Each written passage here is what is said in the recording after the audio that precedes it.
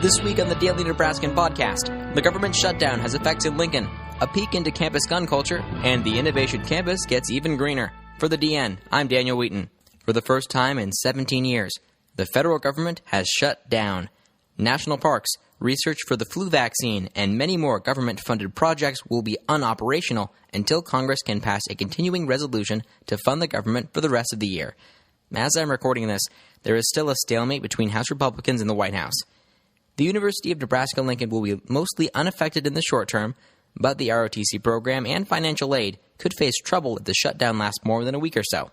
On this week's Proj Pod, we hear about food at UNL. The Proj Pod staff has expanded this week. Managing editor J.C. Marmaduke will be joining myself, opinion editor Dylan Jones, and projects editor Fed Siddiqui from now on to discuss whatever we publish on Mondays. Tune in on the Proj Pod. Surprising news about guns on campus. According to a new Ball State University study in Indiana, 78% of Midwestern college students oppose the idea of having concealed weapons on campus. Nebraska is one of 21 states that stands behind this concept. According to UNL Assistant Police Chief Todd Duncan, on-duty law enforcement officers and military personnel are exempt from the policy. UNL Police Headquarters also offers 24/7 gun lockers for students and teachers with a valid ID and registration.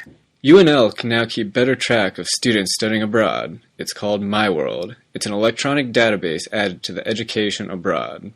Dave Wilson, Senior International Officer and Associate Vice Chancellor for Academic Affairs Office, told the DN the change helps the university keep track of everyone and to make sure students are doing all right. The Nebraska Research Initiative requested members of the faculty to submit proposals in a variety of fields to help boost the economy. The focus areas are in the STEM fields, so science, technology, engineering, and math, and they're due to the administration by November 15th. If you're taking the stairs in the courtyards, you might have a bounce in your step. No, not because of how well you did on that quiz, but because of the new rubber flooring. Larry Shippen, Associate Director of UNL Housing Facilities Operations, told the DN the new staircases should last much longer than the carpet ones. In student government news, the Association of Students of the University of Nebraska met on Wednesday and discussed a new student involvement initiative with Veronica Reapy, the Director of Student Involvement. Entitled Friday Night Live, recognized student organizations can now offer their Friday night public events to all students through the initiative. Posters will be placed around campus advertising the various events each Friday. Additionally, the Senate elected Senator Shannon Pestle, a sophomore turfgrass and landscape management major, as the chairman of the Environmental Leadership Program, a new committee aimed at training students to be more environmentally aware. For the Daily Nebraskan, I'm Reese Risto. You've probably seen those blue light poles around campus, but you probably haven't used them.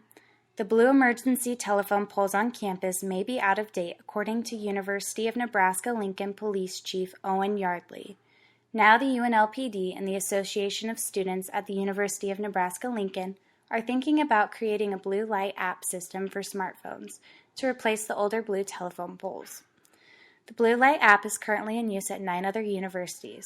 The app can pinpoint a student's exact location and send it to an emergency responder on campus.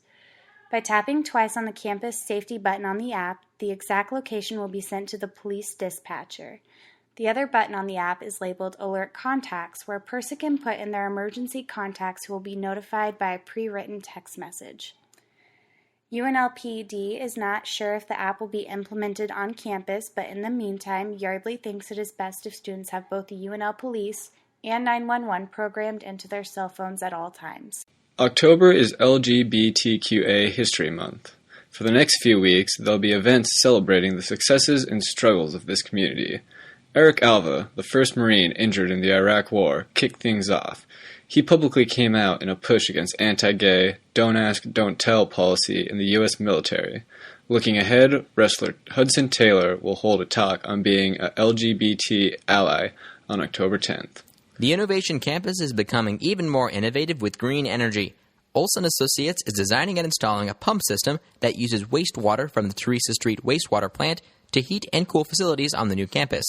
Then the water will be released back into the Salt Creek. It'll be capable of heating and cooling buildings up to 1.8 million square feet. Thank you for tuning in this week, Huskers. We'll be back next Friday to recap the news at UNL. For the DN, I'm Daniel Wheaton.